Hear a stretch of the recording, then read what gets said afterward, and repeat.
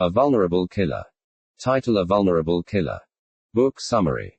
Robert, a highly anxious and vulnerable 21-year-old, lives in the suffocating comfort of his parents' home.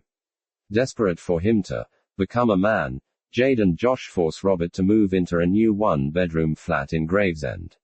Isolated and terrified of his new surroundings, Robert becomes the target of a relentless local gang: Joel, Liban, Adou, Shireen, and Daniela. The daily abuse pushes Robert to the brink of a nervous breakdown.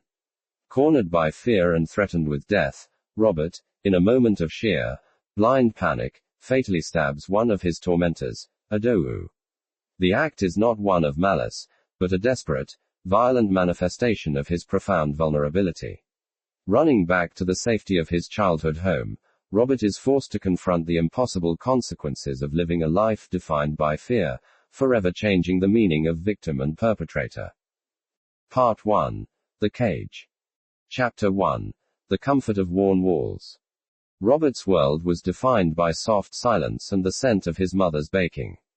At 21, the walls of his childhood bedroom felt less like confinement and more like a necessary shield. He knew he was different. The simple act of ordering coffee or making eye contact with a stranger triggered a cold sweat. He was perpetually afraid. Afraid of the noise, afraid of the judgment, afraid of the vast, unpredictable world outside number 17 Willowbrick Lane. His parents, Jade and Josh, loved him fiercely, but their love was laced with frustration. They saw his anxiety not as a condition, but as a failure of will. "You need to breathe the air, Robert," Josh would say, his voice heavy with disappointed authority. "You are a grown man. You can't live in here forever." Over Sunday dinner, the conversation turned irrevocably serious. Jade carefully set down her fork. "We've found you a place, Robbie. A lovely little flat in Gravesend. It's time." Robert's stomach dropped. "No, please, Mum, Dad. I'm not ready. I can't." "You are ready," Jade insisted, softening her voice. "We bought it outright. It's a clean slate. You need to understand what life is about." The flat in Gravesend was not a gift of freedom. It was an eviction notice written in good intentions. Chapter 2. Gravesend. Gravesend felt loud. It smelled of exhaust fumes and damp concrete. The one-bedroom flat was small, functional, and utterly silent. A terrifying vacuum compared to the bustling warmth of his parents' home. Moving day was a blur of sweating palms and forced smiles. Robert watched his father unload the last box, feeling a chasm open between them. "This is it, son," Josh clapped him on the shoulder, a gesture meant to convey pride, but which felt like a push. "Be a man." As the car pulled away, leaving Robert alone, the silence of the flat amplified the noise outside. He stood by the window, watching the unfamiliar street. Every stranger who walked past seemed to pause too long, look too closely. The fear was a living thing, tightening around his chest. For the first few days, Robert rationed the food his mother had packed. He stayed inside, the curtains drawn, existing on the internet and canned soup. The flat became his new cage, but this one lacked the comforting presence of his protectors. Chapter 3. The Gauntlet. The inevitable moment arrived when the supplies ran out.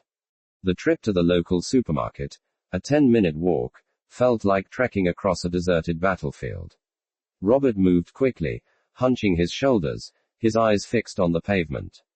He rushed through the aisles, grabbing the cheapest necessities: bread, milk, and instant noodles. He was focused on the ground on the walk back, his plastic bags digging painfully into his fingers. He was nearing the junction that led back to his block of flats when he heard the laughter. It was sharp, aggressive, and aimed directly at him. Standing near a derelict wall were 5 figures, 3 boys and 2 girls. They were leaning against it, smoking, watching the world with an air of proprietary menace. "Look at this one," a tall boy with a sharp voice, Joel, the leader, called out. "Fresh meat," laughed Liban. Robert tried to pass quickly, attempting to disappear into the scenery. "Oi, little mouse," Shireen shouted, her voice echoing off the brickwork. What you running from, soft boy? Mummy cut your allowance. Daniela jeered. Robert's heart hammered against his ribs. He felt adrenaline flood his system, uselessly. He tried to speed up, but his feet felt stuck. He heard a torrent of explicit, hateful words shouted behind him. When he finally reached the safety of his block, his hands were trembling so violently he fumbled the keys. The plastic shopping bags slipped, and his groceries scattered across the gritty pavement. He didn't stop to pick up a single item. He scrambled inside, slammed the door, and ran straight into his bedroom, hiding under the duvet, hyperventilating until the world outside faded into a manageable hum.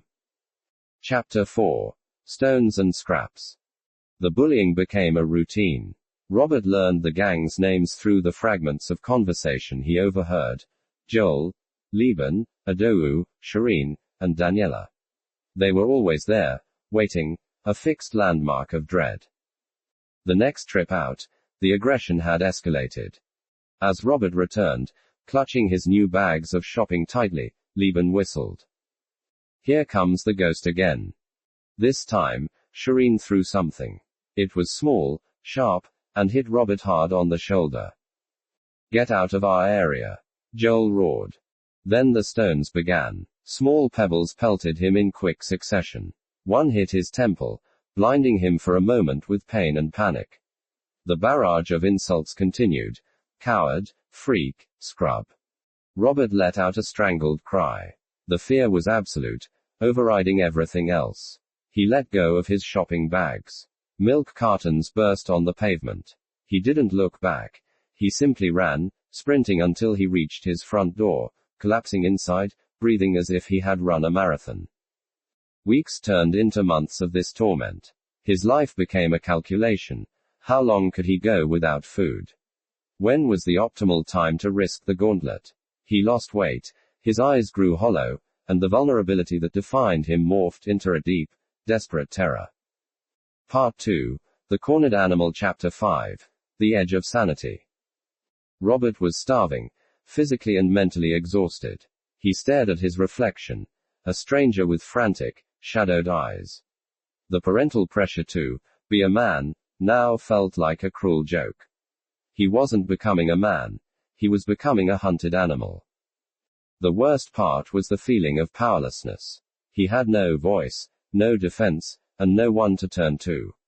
He couldn't call the police. He was terrified of the retribution. He couldn't call his parents and admit total failure. They want me dead. Joel wants to hurt me. The thought burrowed deep, germinating paranoia. He remembered Joel's chilling laughter, the cold indifference in his eyes. One night, sitting alone in the dark, Robert opened a drawer in the kitchen. Inside was an old carving knife, left over from the move. It was heavy, cold, and wickedly sharp. He stared at it, a wave of nausea washing over him. He wasn't a violent person, he couldn't hurt anyone. But he couldn't keep running, either. He took the knife and hid it under his mattress. It was a violation of everything he was, yet the presence of the steel offered a strange, dark comfort. It was insurance. Chapter 6.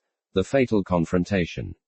Robert knew he couldn't sustain this existence. He decided on a desperate, suicidal course of action. He would talk to them. He had to beg them to stop. He put the knife, his last resort, in the inner pocket of his jacket, its weight like a stone against his heart. He found Joel alone near the small, overgrown park, kicking a loose football. Robert approached, his mouth dry, his legs shaking. Joel, Robert managed, the name feeling foreign on his tongue. Joel turned, a lazy, predatory smile spreading across his face. Well, look who decided to come out and play. The little crybaby.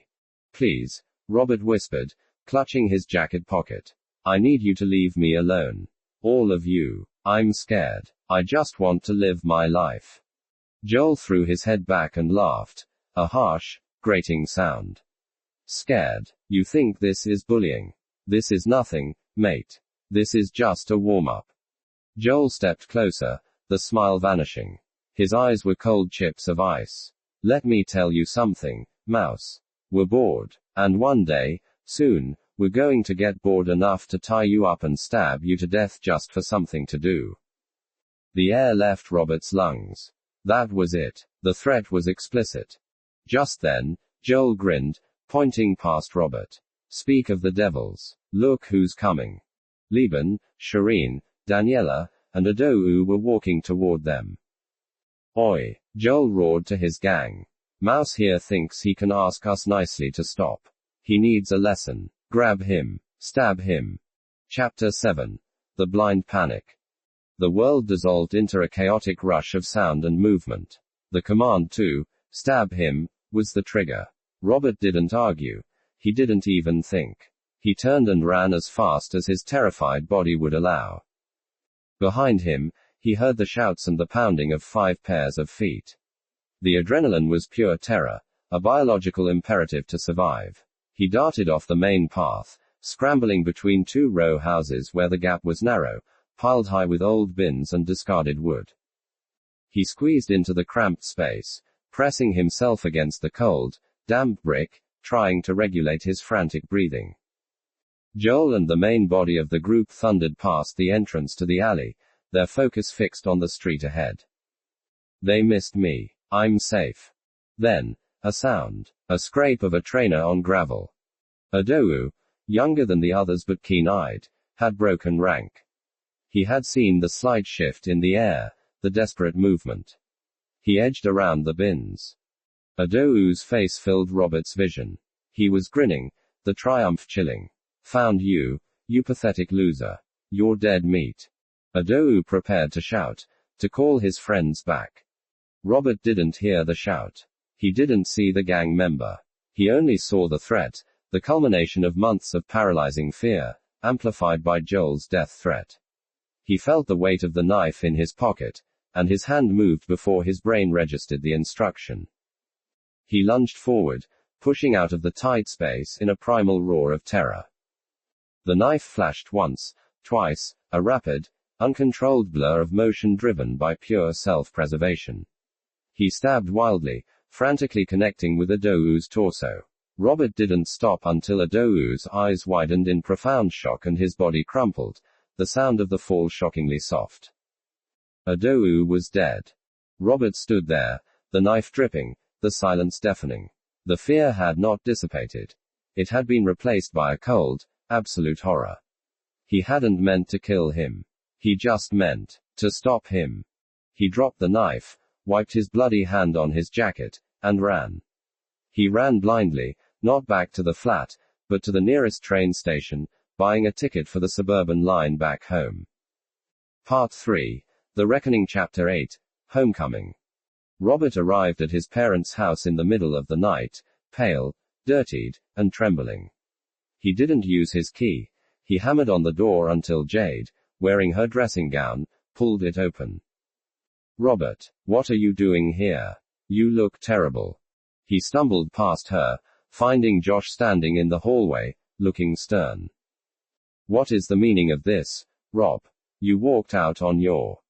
Robert collapsed onto the carpet, tears finally breaking through the wall of shock. They were going to kill me, he choked out, the words ripped from his throat. They bullied me every day. The gang. Joel said he would stab me. And I killed one of them. He confessed every agonizing detail. The fear, the shopping, the taunts, the knife, the alleyway, and Adou's still body. Jade and Josh listened in horrified silence. The image of the vulnerable boy they had pushed out into the world contrasted sharply with the confession of manslaughter. Their ambition for him to be a man had nearly destroyed him, and had certainly destroyed someone else.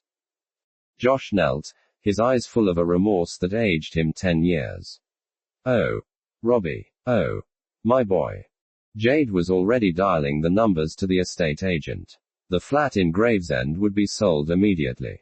Robert would sleep in his old room, the walls now functioning as protection, not a cage. They would face the consequences together. Chapter 9. The Fallout in Gravesend. While Robert hid in the safety of Willowbrick Lane, Gravesend churned with rumor and dread. Joel and the others found Adou's body hours later. The sight was sickening. Grief quickly curdled into accusation. Laban turned on Joel first. "This is your fault, Joel. All of it." Laban spat. "You're the one who always has to start trouble. You pushed that kid too far. You made him desperate." Daniela and Shireen nodded grimly. Joel was older, the undisputed ringleader, the one who elevated casual bullying into genuine threat. Now, they had lost the youngest member, and their empire of intimidation felt hollow and broken. They told the authorities nothing. They refused to confirm the identity of the soft boy who had been targeted. The murder remained a dark, bewildering mystery to the police. The gang shattered. The shared guilt and fear was too heavy. Shireen found stability, getting a legitimate job outside the area. Laban did the same. Daniela moved away to live with her new boyfriend, desperate to escape the memory of Adou's death. Joel, however, spiraled. His temper, always volatile, became unmanageable. 6 months after Adou's death, Joel was caught during a botched armed robbery attempt at a corner shop. He was convicted and sentenced to 10 years in prison.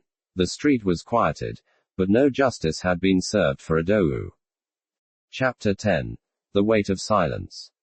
2 years passed. Robert lived a life of quiet recovery. His parents, humbled and anxious, fostered a gentle environment. They knew he could never truly live freely while the truth was buried. The vulnerability remained, but it was now tempered by a crushing, silent guilt. He was safe, but Adou was dead because of him. The identity of a vulnerable killer was a secret he carried like a physical burden. One cold afternoon, Robert sat with his parents.